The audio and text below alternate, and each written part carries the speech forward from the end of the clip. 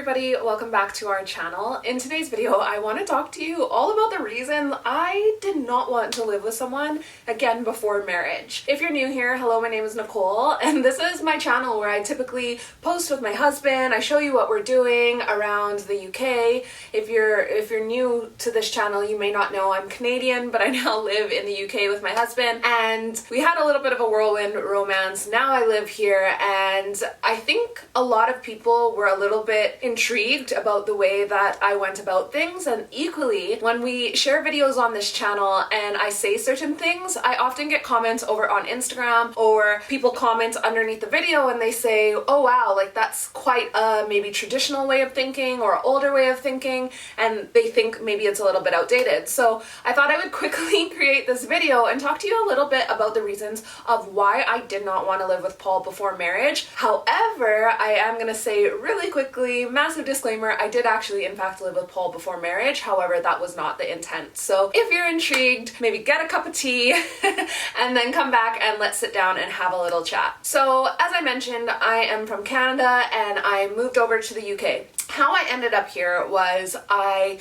was really overworked at home. I had my own beauty business, and there came a day where I was like, you know what, I want to move away, but my beauty business was doing so well that I couldn't imagine starting over again. However, I just kind of worked myself to the ground, and then I ended up finding a really super inexpensive flight. It was about £150, about $300, return from Canada to London. And so I booked that trip right then and there. I didn't know a single person over here. I didn't know where I was gonna go. However, there is a couple that post videos here on YouTube, and they live in Bath, and Bath looked so beautiful. So I was like, you know what, how about I go visit Bath? Once I established I was gonna head to Bath, I was like, okay, why don't I get Tinder and see if there's anybody that I kind of jive with that I could just meet up for a drink or a casual dinner with. And so I have a whole video where Paul and I explain how we met. I'm gonna have that linked here for you. Anyways, I started talking to Paul before I got here, and we actually really clicked. Paul is the only person that I met off of Tinder, and he was the only person that I talked for this length of time. Now, be it that we had a few months to talk every day online, Paul and I ended up building up a relationship before I even came over the first time. And obviously, the first time I came over, we were kind of testing the waters to see, do we really like this person? Could we see a future with this person, etc. With that being said, I went back to Canada, I got my visa, and within 6 months later, I was living over here. Now, initially, I was never supposed to live with Paul. However, Paul had this house, and Paul had said he offered that I could move in here while I got my feet on the ground and while I was able to get a place of my own. However, if you are somebody who has moved to the UK, you know the challenges of opening a bank account, the challenges of getting approved for anything if you have like no credit here or anything like that. And if you had anything that was like a problem where you were moving from, then that obviously holds up things. So for me, my problem was my dogs. My problem was the fact that I got into a car accident in Canada literally days before I moved over here, and I was on my way to sell my car, and the money that from the sale of the car was what was going to fund my lifestyle over here. And the person who I got into the car accident with lied about what happened, and then therefore that just held up the process of me being paid out for the car. So when I moved over here, I was in this predicament of not having a bank account, so not qualifying or being approved to rent anything. I came over here with a lot less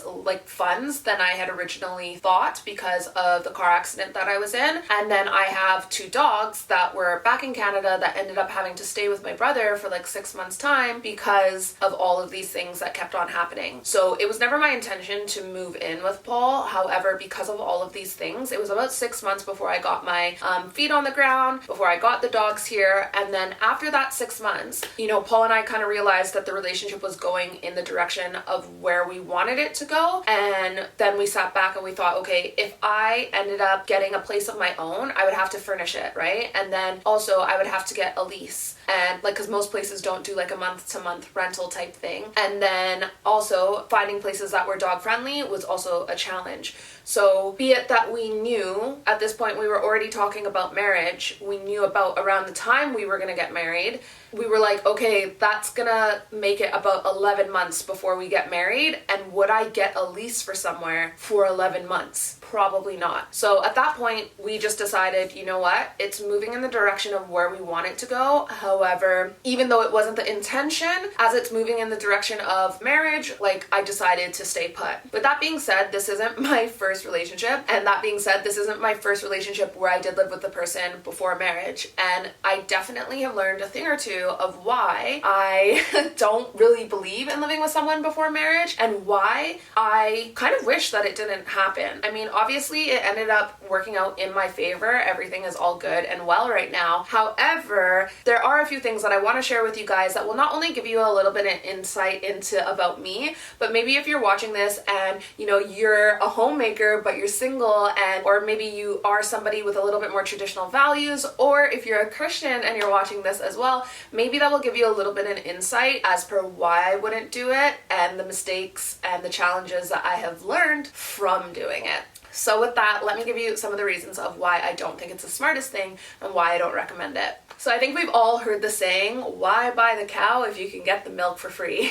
And I think often people think of that when it comes to maybe something sexual, when in reality, I actually don't think it just comes down to things of a sexual nature. I very early on said to Paul what my intentions are. I tried to get him to understand who I am as a person, my morals, my values, and so forth. But one of the things that I really tried to get Paul to comprehend was the fact that when I first came over here, I was on a 2-year visa. And if Paul didn't see a future with me, I really urged him to speak up to that, because I probably wouldn't have gone to his like Nan's 90th birthday if I didn't see the relationship going any further. So I often find when people are in a situation where, you know, the person isn't buying the cow and they're getting all of these duties for free, meaning a person is kind of doing, a woman is doing these wifely duties, but there's no security if the guy is going to take the relationship to that next level.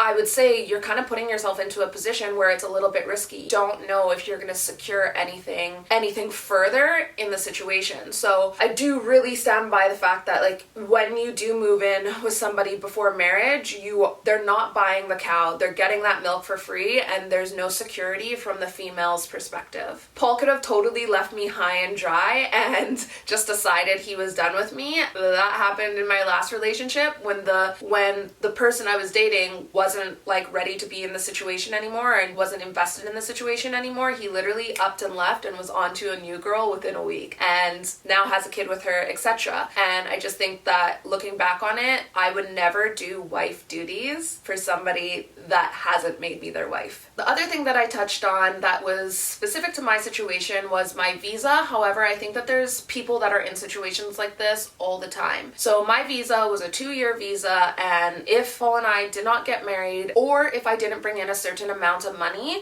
I wasn't able to stay here on my own accord. Even though Canadians are a part of the Commonwealth, there is a time cap on their visa. Now, with that being said, even if my visa was running out and I had to move home, I would have totally been okay with that. But obviously my 2 years here would have looked a lot different. Maybe I would have been traveling around Europe more. Maybe I wouldn't have been playing house or painting a house or decorating a house and doing those types of duties with somebody during that 2-year time span that I knew that I could be here. So that's another thing that I think that people should take into consideration, is that the time that you are with somebody, if you don't know that they are intentionally dating you with marriage in mind, then you're kind of wasting your time, you're kind of wasting your efforts. Obviously, you want to give space and time to get to know somebody, but when there are extra added pressures like living with somebody, initially, you might be blinded by if the relationship is even going in the direction of where you're wanting it to go. So that's where I would say when you live with someone before marriage, you might be blinded by certain elements to the relationship instead of being able to fully assess if the relationship is actually working. Equally, if you do live with someone before marriage and it's not going the right way, you then end up feeling like you've wasted so much time because you have done certain things with them, or you've invested into a home and then you're walking away with nothing. Whereas I think it's just a little bit more of a secure way to date somebody and get to know somebody and see their intentions if you're not living with them. Now, the next point that I want to touch on is when you're living with someone before marriage and it's not working out, it is easy for that person to just say, okay, I'm leaving. Whereas divorce is a little bit more final. And so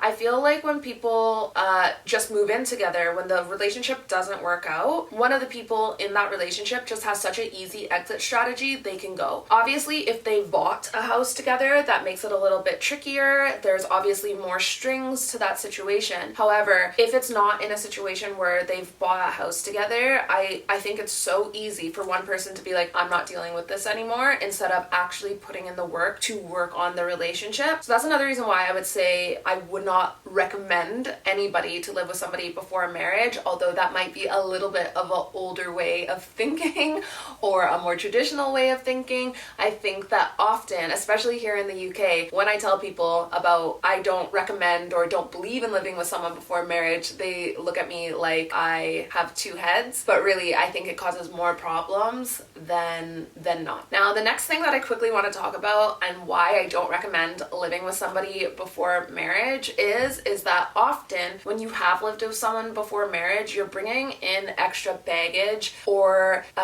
there's a situation where both of you aren't on the same page because you have a previous reference to regard, and sometimes I find that ends up bringing up a lot of past baggage, past hurts, past situations into the relationship instead of actually being able to start off with a fresh playing field. And I think that's one of the coolest things about marriage, is that when you do enter into a marriage and you're both, it's both something new to you, you're able to navigate that with one another instead of bringing in all of your past baggage and past junk. Now, the last thing that I want to talk about in regards to living with someone before marriage and why I don't really recommend it is that I often find when you live with someone before marriage, it's very hard to understand who you are, how you function within a home. So I feel like when I lived on my own, I have a house back in Canada, if you guys aren't aware, and when I always had roommates, and then my ex-partner moved in with me, and then it was only after that I had some time on my own in my house that I really got to know who I was, how I function, what I like, what I don't like, and it really got me to know thyself. And I think that sometimes when you are always living with a partner, when you're literally jumping from relationship to relationship and then you're playing house with person to person, it makes it really hard for you to understand what you like, how you function, what means most to you, and how you flesh out your day-to-day and the things that matter to you most. I have really learned that I'm a person that likes order in the house. I've really learned that I'm somebody that's more on the introverted side than extroverted side,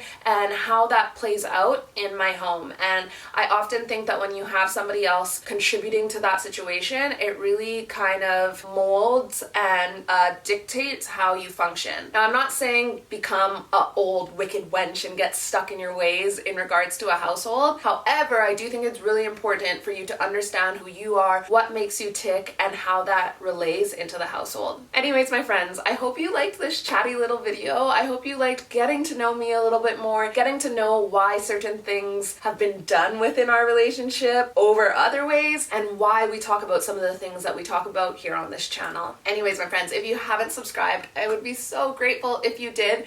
And if you're someone that doesn't believe in living with someone before marriage, I would love to hear your thoughts in the comment section. Equally, if you are someone who does believe in living with someone before marriage, I would love to hear your thoughts too. Anyways, my friends, thank you so much for watching. I hope you've subscribed, and I will see you in our next video. Bye.